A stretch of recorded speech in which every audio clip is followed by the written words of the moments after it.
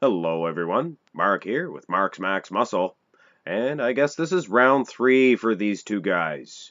Rafael Brandao and Flex Wheeler once again go head to head.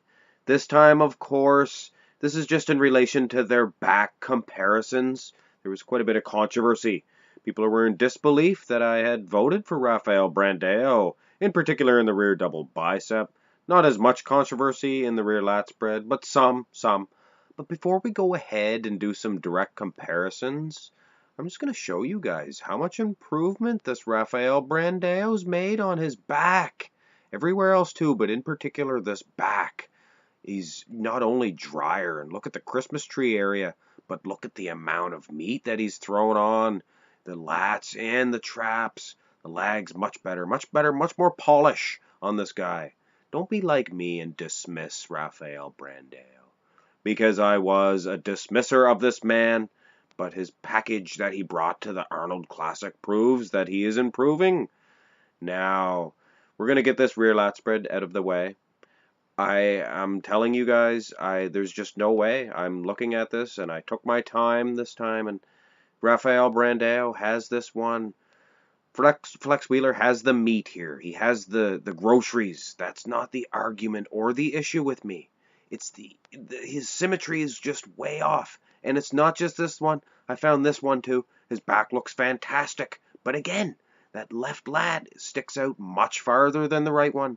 And like I said, it's not just these couple of pictures. They're all like that. And I'm sorry. Plus the conditioning. Now, I may get some letter bombs for saying this, but the conditioning of these guys today is just better than it was back in the early 90s. Now, no, I'm not saying his conditioning is better than Dorian Yates. He was the king of conditioning, but have a good look here, gentlemen. This is a conditioning edge, of course. It's evolution. We have to deal with it. And now on to the real issue, the rear double bicep pose.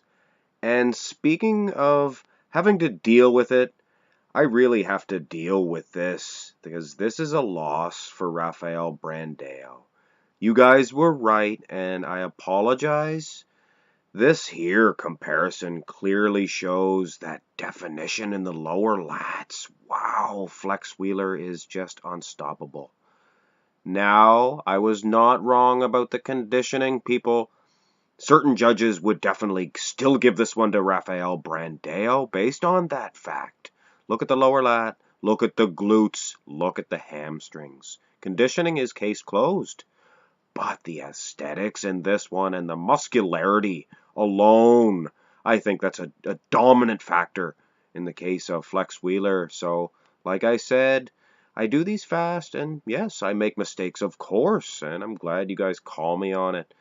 But I mean, like I said, that rear lat spread still goes to Rafael Brandao.